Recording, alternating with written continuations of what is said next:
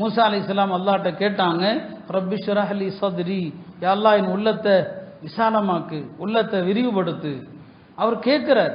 பெருமானாரை பார்த்து அல்லாஹ் சொல்றான், அலம் நஷ்ரஹ் லக ஸத்ரக், நபியே உங்க உள்ளத்தை நாம் விரிவுபடுத்தவில்லையாங்கிறான். அங்க அந்த நபி கேட்கிறார். இங்க பெருமானாரை பார்த்து அல்லாஹ் சொல்றான், நீங்க கேட்கல, நாம் விரிவுபடுத்தினோம் என்று அல்லாஹ் சொல்றான். மூசா அலைஹிஸ்ஸலாம் அல்லாஹ்ட்ட கேட்கிறாங்க, ரப்பி அரினி அன்துர் இலை, யா அல்லாஹ் உன்னை காட்டு, நான் பார்க்கணும். முஹம்மது ஸல்லல்லாஹு அலைஹி வஸல்லம் அவர்கள் அழைக்கப்படுறாங்க அல்லாஹ்வை சந்திப்பதற்கு, அல்லாஹ்வை பார்ப்பதற்கு அழைக்கப்படுறாங்க.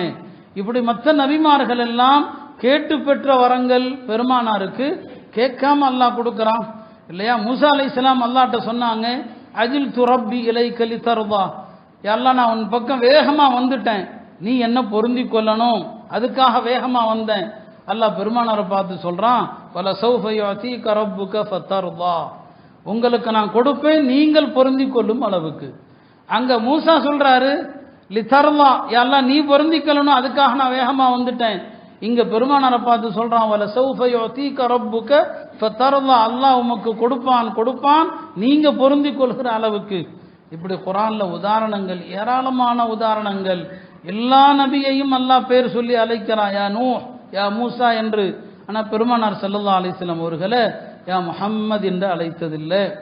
இந்த உம்மத்துக்கும் கட்டளை, பெருமானாரை யா முஹம்மது என்று சொல்லி அழைக்கக்கூடாது. லா தஜஅலு துஆ அர் ரசூல் கதுஆஇ பைனிக்கும் பாபா, உங்களில் சிலரை அழைப்பது போல் பெருமானாரை பெயர் சொல்லி அழைக்கக்கூடாது. யா ரசூல் அல்லாஹ் என்று தான் சொல்லணும். அவங்க ஹயாத்தா இருந்த காலத்தில் யா நபி அல்லாஹ் என்று தான் சொல்லணும். அவங்கள யா முஹம்மத் என்று அழைக்கக்கூடாது.